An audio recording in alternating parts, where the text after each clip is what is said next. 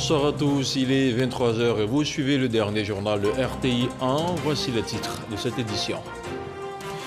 Le président de la République, Alassane Ouattara, a regagné Abidjan ce mercredi 30 juin 2021 après le sommet de la CEDEAO à Accra et un séjour en France. Le chef de l'État a été accueilli à sa descente d'avion par plusieurs membres du gouvernement avant de recevoir les honneurs militaires sur le tarmac de l'aéroport Félix Houphouët-Boigny d'Abidjan. Dans la région de Bouna, 10 individus viennent de subir la rigueur de la loi. Ils ont été reconnus coupables de traite et d'exploitation d'enfants par la section du tribunal de Bouna. Ils ont écopé de 10 années d'emprisonnement ferme.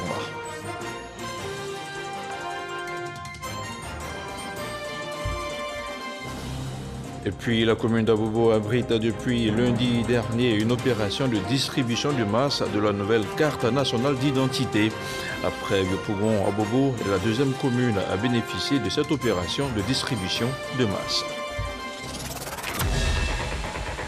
Voilà pour les titres. Merci de regarder RTI 1. Je vous le disais à l'instant, le président de la République a regagné Abidjan ce mercredi 30 juin.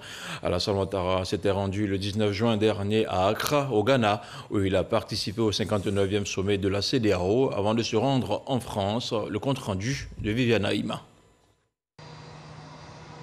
Le président de la République, Alassane Ouattara, a regagné Abidjan ce mercredi 30 juin.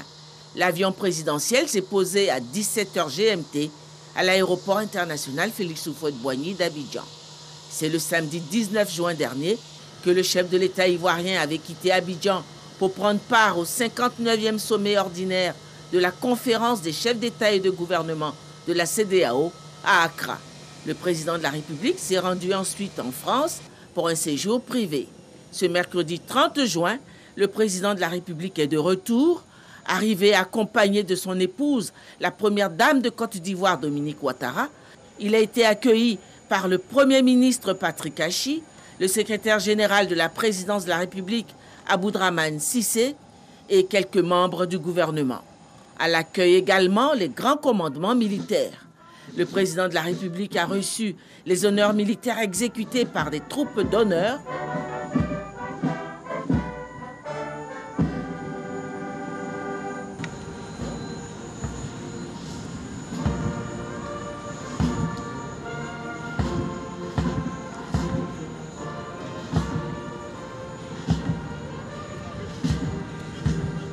Le chef de l'État est de retour pour poursuivre l'immense chantier de développement de la Côte d'Ivoire qu'il a lancé.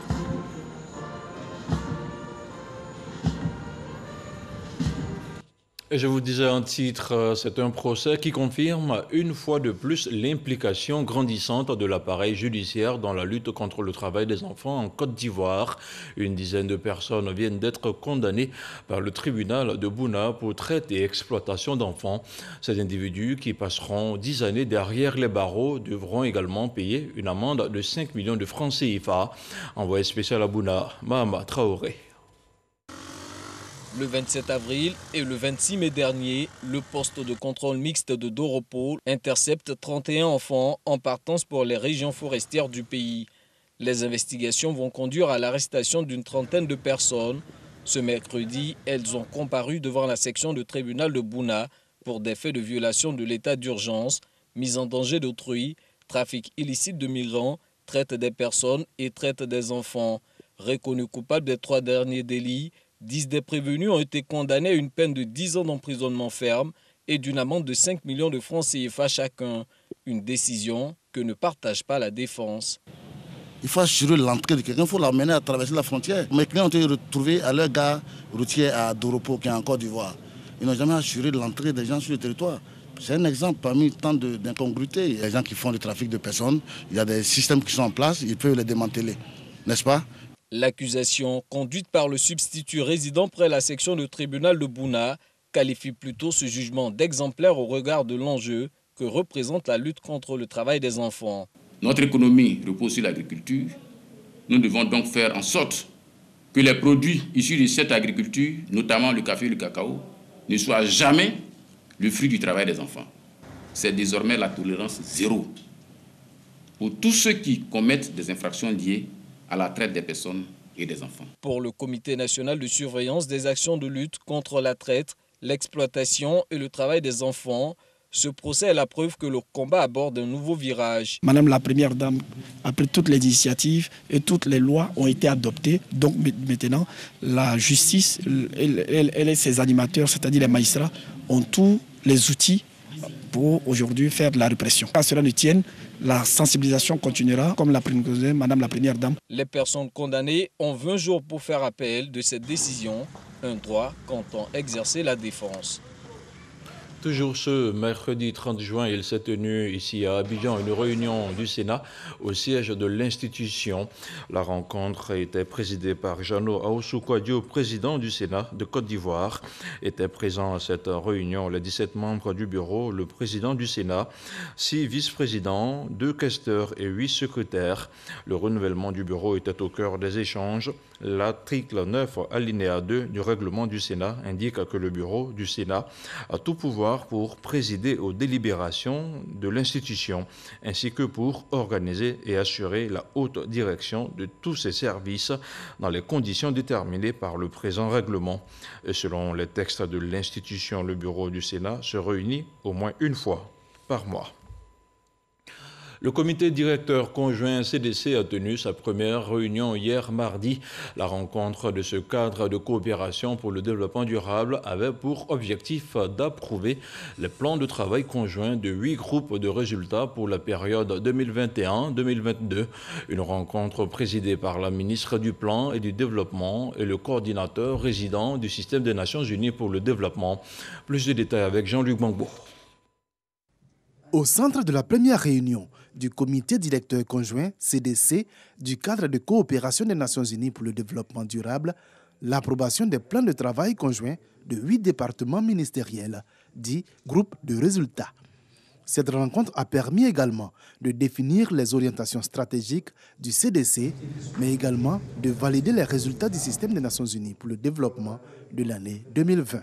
Le comité qui s'est réuni est le comité qui désormais donc va valider les plans de travail du système des Nations Unies, mais également nous avons avec le coordonnateur des agences du système des Nations Unies donc défini un cadre de travail avec des groupes de thématiques. Sur recommandation du comité directeur conjoint, le système des Nations Unies pour le développement a dit sa satisfaction et son engagement à accompagner le gouvernement ivoirien dans l'atteinte des objectifs du développement durable ODD. Pour nous aujourd'hui, je crois, c'était déjà la satisfaction de voir que les plans de travail conjoints qui ont été validés aujourd'hui sont pertinents.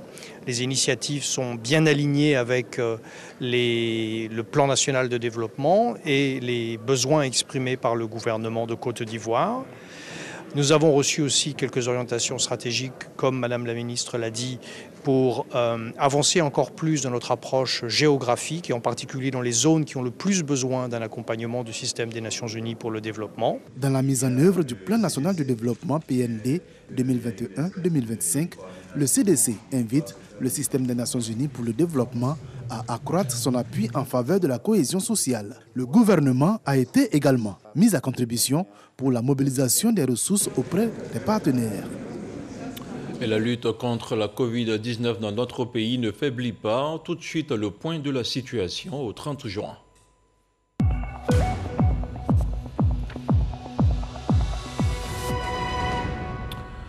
Le ministère de la Santé, de l'Hygiène publique et de la couverture maladie universelle a enregistré ce mercredi 63 nouveaux cas de Covid-19 sur 2487 échantillons prélevés, soit 2,5% de cas positifs, 18 guéris et 0 décès. À la date du 30 juin 2021, la Côte d'Ivoire compte donc 48 305 cas confirmés, dont 47 834 personnes guéries, 313 décès et 158 cas actifs. Le nombre total d'échantillons est de 709 587. Le ministre de la Santé rappelle que la vaccination contre la Covid-19 est gratuite et volontaire. Santé toujours et la Chine qui se félicite de l'éradication du paludisme de son territoire au bout de 70 années de lutte. Le pays est le 40e à obtenir cette validation de l'OMS. Pékin entend donc continuer à contribuer à la sauvegarde de la santé des peuples du monde entier. Le commentaire d'Alexis Ouedraogo. La Chine a éradiqué le paludisme. Le pays, qui recensait 30 millions de cas par an dans les années 40, n'a pas signalé un seul cas indigène au cours des 4 dernières années. Une victoire annoncée au bout de 70 ans de lutte. L'élimination du paludisme est un magnifique exploit pour la cause de la santé en Chine. Et c'est une autre grande réussite pour la cause des droits de l'homme en Chine, après l'élimination de la pauvreté absolue. En 1967, la Chine lance un programme scientifique pour trouver de nouveaux traitements qui mènent à la découverte dans les années 70 de l'artémisine, principal médicament contre la maladie. La Chine va continuer à s'investir dans la cause du développement, de la santé publique et de la coopération médicale internationale, afin de contribuer encore davantage à la sauvegarde de la santé et de la prospérité du peuple chinois et des peuples du monde entier. Notons que les pays ayant enregistré 3 années consécutives sans transmission locale peuvent demander une certification auprès de l'OMS pour valider leur statut de nation sans paludisme, une requête appuyée d'éléments de preuve démontrant leur capacité à prévenir toute nouvelle transmission. La Chine reste à ce jour le 40e territoire à obtenir cette validation de l'OMS. On continue à parler de santé. Retour chez nous ici en Côte d'Ivoire avec les cadres de la ville de Korogo qui ont décidé d'assurer 1000 chefs traditionnels et leurs familles à la couverture maladie universelle à la CMU. Tous les frais de prestation seront également pris en charge durant une année. L'opération qui s'est déroulée à la préfecture de Korogo était présidée par la ministre de la Solidarité et de la lutte contre la pauvreté, Miss Belmond Dogo. La correspondance d'Ami Sissoko. Un millier de chefs traditionnels de quartiers et de communautés, ainsi que les membres de leur famille, vont bénéficier d'une année de prestations gratuites à la couverture maladie universelle CMU dans le département de Korogo. L'opération est entièrement financée par les cadres de Korogo, avec à leur tête le ministre de la Communication, des médias et de la francophonie, Amadou Coulibaly. Un projet mis en place par l'ex-premier ministre Amadou Gon Coulibaly. À la préfecture de Korogo donc, les premiers sont enrôlés. La CMU a été bâtie autour des pathologies courantes. Et nous avons identifié 170 maladies courantes. Et nous avons compté à peu près 617 prestations qui sont offertes à nos assurés à travers des actes de consultation, des examens paracliniques, examens médicaux, des urgences médicales, des interventions chirurgicales, des hospitalisations et des médicaments. À cette opération d'enrôlement, la ministre de la Solidarité et de la lutte contre la pauvreté, Miss Belmond Dogo, pour qui la CMU constitue un outil indéniable de lutte contre la pauvreté, était aux côtés du ministre de la Communication, des médias et de la francophonie, Amadou Coulibaly. Tous les deux ministres ont exhorté les bénéficiaires à être des relais de la CMU auprès de leur population pour un enrôlement massif. La CMU est la manifestation de la démocratisation de la santé. Elle permet à tous les Ivoiriens, à tous les habitants de la Côte d'Ivoire, particulièrement les couches les plus vulnérables, de pouvoir se soigner. Je ne peux que m'en réjouir. Je voudrais ici saluer la solidarité. Saluer la solidarité de tous les cadres qui ont mis la main à la poche pour permettre la réalisation de ce projet. C'est une solidarité que le chef de l'État appelle tous les jours.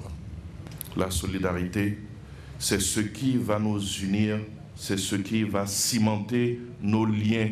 À 1000 francs la cotisation par personne et par mois, la CMU est obligatoire pour l'ensemble de la population résidant en Côte d'Ivoire.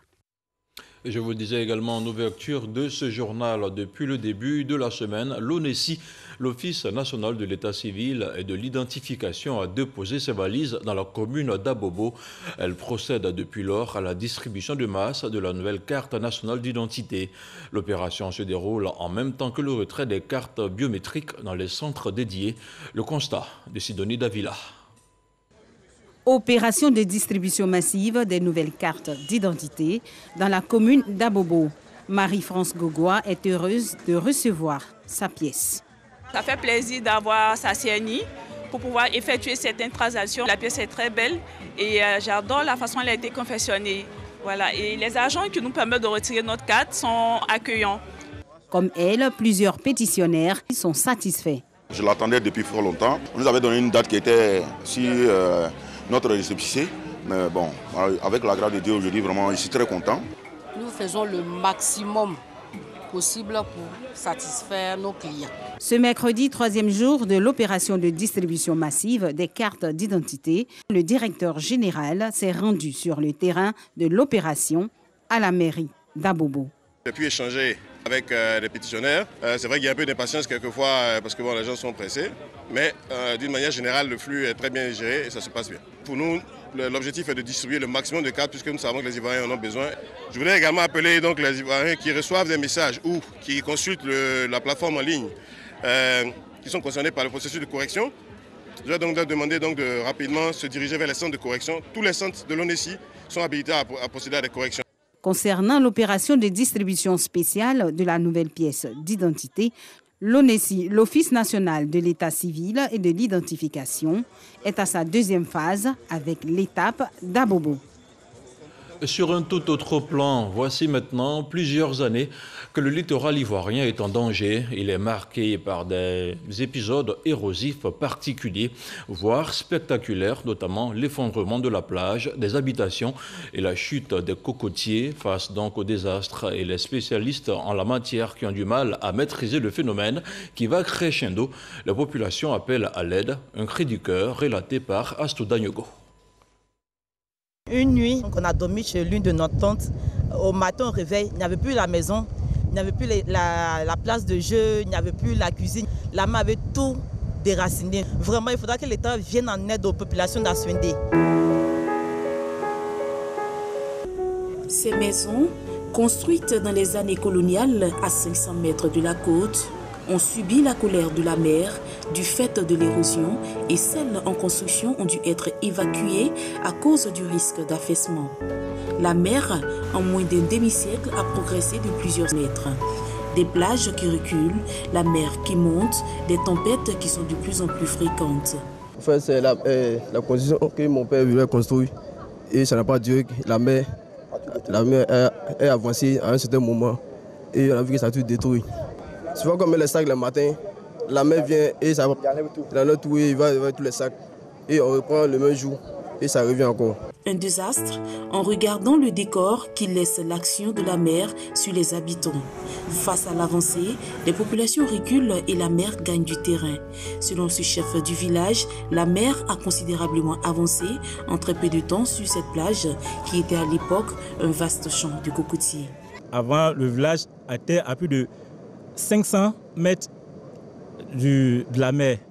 Chaque année, nous assistons à l'avancée spectaculaire de la mer. Parce qu'il ne faudrait pas attendre que le pire n'arrive pour pouvoir venir à notre secours. Nous sommes vraiment menacés par l'avancée de la mer. Regardez même juste derrière moi, on a cette école que le village a bâtie pour les enfants, pour les salles d'études. Quand la mer vraiment est avancée, elle traverse même devant la salle jusqu'à la lagune. Ces villages historiques sont menacés par l'action de la mer sur les habitants. Les effets néfastes du changement climatique sont intensement vécus par les populations d'Ebotiam, Mandjin, Babianae et Aswendé. Une situation bien connue par les premiers responsables des eaux et forêts. Des villages situés dans la zone sont confrontés à des problèmes avec la mer. Et fort de cela, le ministre nous a instruit de faire une visite dans la zone. Le ministère saisi par le maire d'Assini est à pied d'œuvre afin que solution soit trouvée. Nous avons vu l'ampleur des problèmes que vivent les parents d'Assini. Nous avons la nécessité de protéger la forêt classée, mais on ne peut pas protéger la forêt classée et laisser mourir des gens. Donc nous pensons qu'une partie de la forêt classée d'Nganda soit mise à la disposition de ces populations pour une question de vie. Au total, des centaines de constructions, restaurants et leurres, ces digues de sable jetées sur la plage servent de modestes remparts contre les flots. Si rien n'est fait, dans les prochaines années, l'érosion aura tout englouti par ici et le front de la mer sous les eaux. Et du littoral à l'environnement, il n'y a qu'un seul pas. La Côte d'Ivoire dispose aujourd'hui d'un couvert forestier estimé à 2,97 millions d'hectares, soit un taux national de couverture de 8,9%. Au niveau faunique, 120 espèces ont été observées, dont 76 espèces de mammifères et 18 de bovidés, 22 espèces protégées intégralement, dont 9 sont en danger d'extinction. Un aperçu de l'inventaire forestier et faunique financé par le C2D et mis en œuvre par le ministère des Eaux et Forêts. Le projet, qui s'inscrit dans le cadre de la politique nationale de préservation, de réhabilitation et d'extension des forêts adoptée en mai 2018 par le gouvernement, vise à permettre à la Côte d'Ivoire de disposer de données fiables pour la mise en application d'une politique forestière efficace. Plus de détails avec Franck Kodio. La forêt ivoirienne luxuriante au moment de l'inventaire forestier de 1979 est aujourd'hui fortement dépouillée. 2,97 millions d'hectares, soit 90% de pertes au cours des 60 dernières années. Un des taux annuels de déforestation les plus élevés d'Afrique, un aperçu du résultat de l'inventaire forestier et faunique national initié depuis 2019 par le gouvernement ivoirien. La présentation que nous avons eue aujourd'hui nous a permis de voir les résultats en matière d'inventaire forestier, faunique et surtout les implications socio-économiques. Constater que la démographie, l'agriculture sont des facteurs importants de la déforestation. Mais il faut aussi ajouter une part importante de la régression en matière de faune en Côte d'Ivoire. Donc tous ces résultats vont nous permettre d'orienter notre politique. Seulement 13,3% de forêts classées et 32,2% d'aires protégées concernés aujourd'hui par une couverture forestière efficiente selon l'inventaire. Pour ce qui est de la faune, il est mentionné plusieurs espèces en danger et certains grands mammifères, 9 espèces menacées d'extinction. Il faut agir. L'important, c'est de conserver ce qui peut l'être encore avant même de penser à replanter. Et donc, c'est un suivi et faciliter les interventions en temps réel, peut-être des gardes forestiers ivoiriens, pour mettre fin à la dégradation de la forêt, par leur paillage, par l'abattage clandestin. Il faut déjà stopper la déforestation, faire en sorte que l'agriculture ne soit plus destructrice de forêt, mais cela est bien compris. Faire en sorte que la biodiversité puisse revenir en Côte d'Ivoire, et donc cela implique des comportements qui doivent changer. Je crois que nous sommes sur la bonne voie. Il s'agit de mener des actions pour la reconquête du couvert forestier ivoirien. Ce projet est financé dans le cadre du C2D et mis en œuvre par le ministère des Eaux et Forêts. L'enjeu pour la Côte d'Ivoire est de maintenir, entre autres, la couverture forestière à 20% au moins, afin de mieux contribuer à la réduction de la production de gaz à effet de serre. Et on reste dans la forêt pour parler cette fois-ci de l'EVA, né de la fusion de 2 grandes fêtières de producteurs de caoutchouc naturel. La Fédération des organisations professionnelles agricoles de producteurs d'EVA a tenu son assemblée générale ce mercredi 30 juin. Les 90 délégués présents ont passé au peigne fin le rapport de gestion du conseil d'administration pour l'exercice clos au 31 décembre 2020. Fermé depuis près de 2 décennies, l'Institut de formation et d'éducation féminine Marie-Thérèse Houphouët-Boigny est à nouveau opérationnel. Après 10 mois de travaux de rénovation, elle va accueillir de nouvelles pensionnaires. Les travaux et l'équipement des 4 bâtiments ont coûté près de 700 millions de francs CFA à l'État de Côte d'Ivoire. Le secrétaire du Conseil national de sécurité, Fidèle Sarasoro, par ailleurs directeur du cabinet du président de la République, a remis les clés à la ministre de la Femme, de la Famille et de l'Enfant, Nassene Batouré. Une remise des clés suivie par Didier Nguessan. Une cuisine moderne équipée en appareils électroménagers, un atelier de couture avec une vingtaine de machines, une salle multimédia, des aires de jeu et des salles de classe. Voici le nouveau visage de l'institution Marie-Thérèse Houphouët-Boigny d'Adjamé. Sa rénovation et son équipement ont coûté plus de 696 millions de francs CFA. Cet institut de formation et d'éducation féminine est le premier bâtiment public sur 20 que le Conseil national de sécurité a décidé de rénover. La population cible, c'est-à-dire les femmes déscolarisées analphabètes, pourront désormais retrouver les maisons pour se former, pour s'informer, pour renforcer les capacités. Nous nous réjouissons de ce don de la part de son Excellence, le Président de la République. Nous souhaitons que les bénéficiaires en fassent bon usage. Environ 500 femmes seront formées chaque année à la couture et à la pâtisserie, entre autres. Elles seront également initiées au digital. Fidel Sarasoro, directeur de cabinet du président de la République et également secrétaire du Conseil national de sécurité, remet les clés à la ministre de la Femme, de la Famille et de l'Enfant, Nasseneba Touré. Dans la vague de la reconstruction de notre pays, cette importante structure renaît de ses cendres pour poursuivre ses missions dans un contexte nouveau. Il était totalement dégradé et le président de la République a dit qu'il fallait qu'on réhabilite ce site pour permettre aux jeunes filles de reprendre leur formation et leur apprentissage dans le cadre de sa politique de lutte contre la pauvreté et d'autonomisation des femmes. Créée par l'Association des femmes ivoiriennes, AFI, l'institution Marie-Thérèse Houphouët-Boigny d'Adjamé a été rétrocédée à l'État en 1970. Le renforcement de la cohésion sociale est au cœur des préoccupations des populations du Ourodougou. Emmenées par le ministre Bouaké Fofana, elles se sont réunies pour parler de paix et de développement de leur localité. Le compte-rendu d'Éric Goré. Leaders de jeunesse du Ourodougou, association de femmes accompagnées des hommes, se sont retrouvés à Abidjan pour parler de paix et de réconciliation, mais aussi de développement. Les populations du Ourodougou ont également, au cours de cette rencontre, affiché leur reconnaissance au président de la République. Si je prends seulement dans le secteur routier, un seul exemple, de l'indépendance jusqu'à l'arrivée d'Alassane Ouattara au pouvoir, il y avait une seule route bitumée dans toute la région du Ourodougou. Vous ne pouviez pas faire 1 kilomètre ni à droite ni à gauche sur du bitume. Aujourd'hui, vous allez de Kani jusqu'à Boundiali sur une route bitumée qui est terminée. Les travaux de la route qui va aller de Mankono, qui va relier 2 capitales régionales, Mankono et Séguéla, les travaux sont en cours. Pour toutes ces actions qui ne cessent de réjouir le peuple de Côte d'Ivoire dans tout son ensemble. Le président du conseil régional du Ourodougou a mis les populations en mission.